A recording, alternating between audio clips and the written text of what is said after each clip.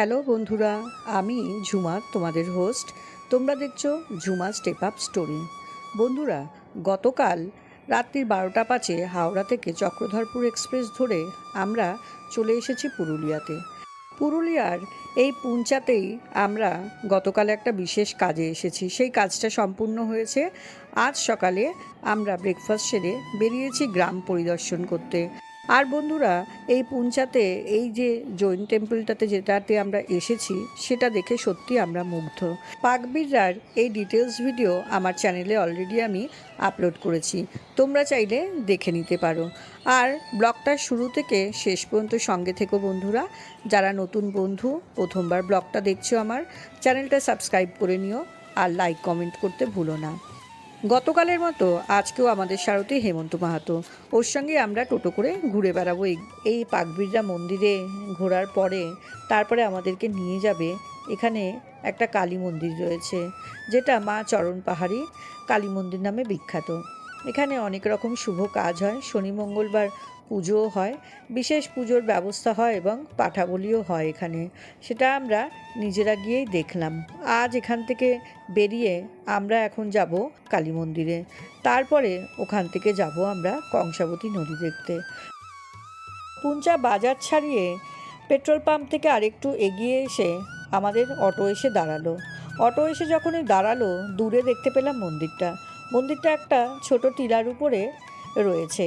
আর নজরে পড়ল খুব সুন্দর দুটো বাণী, যত মত তত পথ ও যথা ধর্ম তথা জয়। টিলার উপরে উঠলাম। টিলার উপরে উঠেই নজরে পড়লো একটা পাঁঠা বেঁধে রাখা আছে। সম্ভবত আজ এখানে বলির ব্যবস্থা রয়েছে, বলি হবে।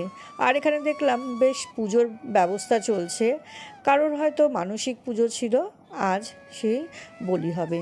দূর থেকে মাকে প্রণাম করলাম।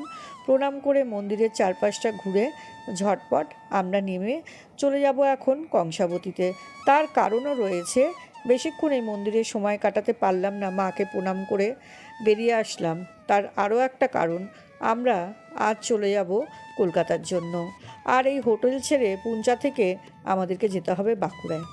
বাঁকুড়া থেকে আমাদের ট্রেন বিকেল 4টের সময়। তাই বন্ধুরা, বেশি সময় নষ্ট করিনি আর তোমাদেরকে ঝটপট একটু মন্দিরটা দেখিয়ে দিই। এই টিলার উপরে মন্দিরটা খুব সুন্দর জায়গাতে। এখানে যে ভিউটা দারুণ লাগলো আমাদের, আর সঙ্গে মায়ের রূপ, সেটা নিয়ে তো কিছু বলবারই নেই। বন্ধুরা, তোমরা যদি কখনো পুঞ্চা আসতে চাও, হাওড়া থেকে চলে আসতে পারো বাঁকুড়া, আদ্রা বা পুরুলিয়া, এই 3 দিক থেকেই আসা যায় পুঞ্চাতে।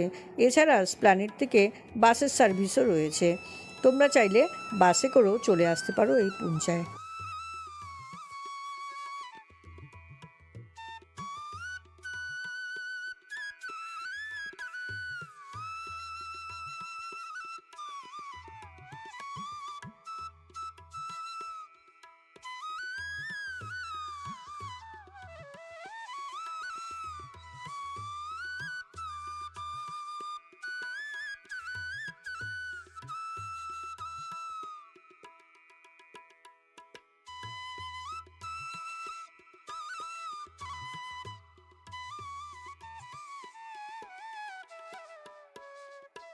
এরপর আমাদের দ্বিতীয় গন্তব্য হচ্ছে কংসাবতী নদী। কংসাবতী নদী দেখতে যাব, তাই এই মেঠো রাস্তা থেকে চললাম আমরা। বন্ধুরা, মার্চ মাসের মিডিল হয়ে গেছে আমরা যখন এই পুরুলিয়াতে এসেছি। আক্ষেপ শুধু একটাও পলাশ গাছে পলাশ দেখতে পারলাম না, যেটা আমি নিজেও ভীষণ আফসোস করেছি এবং এই ভিডিওতে তোমাদেরকে দেখাতে পারলাম না।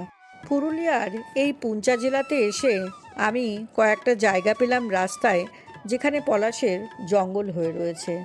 আমি তখন ভাবছিলাম, এই সময় যদি এই জঙ্গলগুলোতে পলাশ ভরে থাকতো, পুরো রাস্তাটা লালে লাল হয়ে থাকতো, আর তোমাদেরকে সেই ফুটেজটা যদি দেখাতে পারতাম, আমি নিজেও খুব খুশি হতাম। বন্ধুরা, এই ব্লগটা শুধু তোমাদের জন্য। তোমাদের যেই রকম ভালো লাগে সেই রকমভাবে ব্লগটা তৈরি করার চেষ্টা করি। আর এখন দেখো বন্ধুরা, আমরা চলে এসেছি কংসাবতীতে। কংসাবতী নদীতে এসে দেখলাম জল যদিও বা অল্প রয়েছে। এখন মার্চ মাসের প্রায় শেষের দিকে, তাই এই গরমে অলরেডি এখানটাতে জল অনেকটা শুকিয়ে গেছে।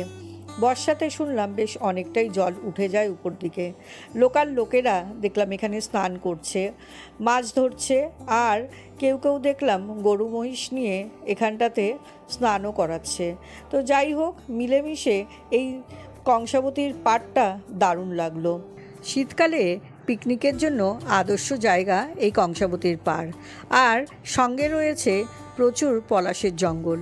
বন্ধুরা, আমরা ওখানটাতে দাঁড়িয়ে দাঁড়িয়ে চার বান্ধবী অনেক আকাশকুসুম ভাবনা করে ফেললাম। আমরা নিজেরা আলোচনা করছিলাম এখানে যদি একদিন পিকনিক করা যায় কেমন হয়।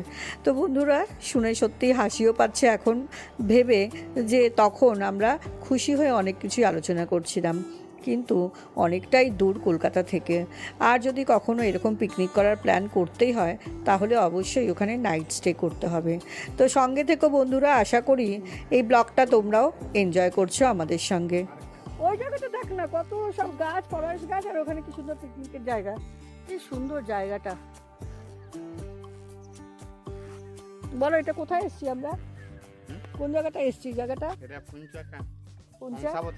কংসাবতী নদী। এই জল কি এরকমই থাকে? না, জল বর্ষাতে জুন জুলাই ভর্তি থাকে। তখন কি এতটা উঠে যায়? জল উঠে যায়? বাহ, চলো।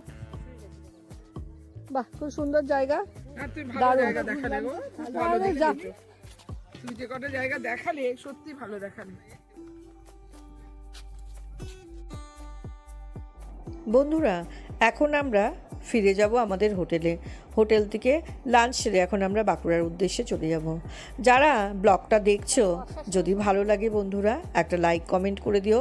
নতুন বন্ধুরা কিন্তু অবশ্যই মনে করে চ্যানেলটাকে সাবস্ক্রাইব করে নিও, বেল বাটনটাকে প্রেস করে দিও, আর কমেন্ট করতে কিন্তু ভুলো না।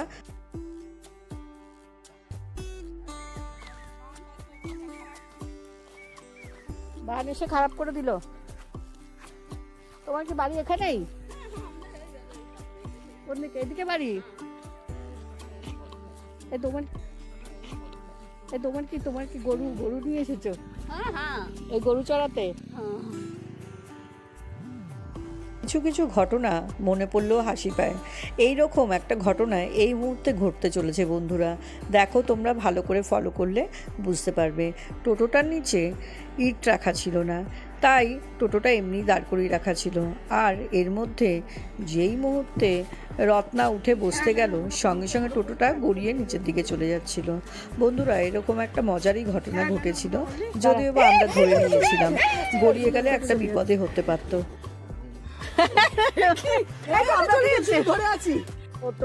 আজকে ও যে উঠেছে, হেলে গেছে, ব্যাস। যাই হোক, বেশ আনন্দে কাটিয়ে ফেললাম আমাদের এই ঝটিকা সফর। এখন আমরা বাড়ি ফিরবো, কলকাতার উদ্দেশ্যে রওনা দেব। তাই বন্ধুরা, ব্লগটা এখানেই শেষ করলাম। আশা করি তোমরাও আনন্দ করেছো। ভালো লাগলে কিন্তু একটা লাইক করো, কমেন্ট করো। নতুন বন্ধুরা চ্যানেলটা সাবস্ক্রাইব করে নিও। দেখা হবে নেক্সট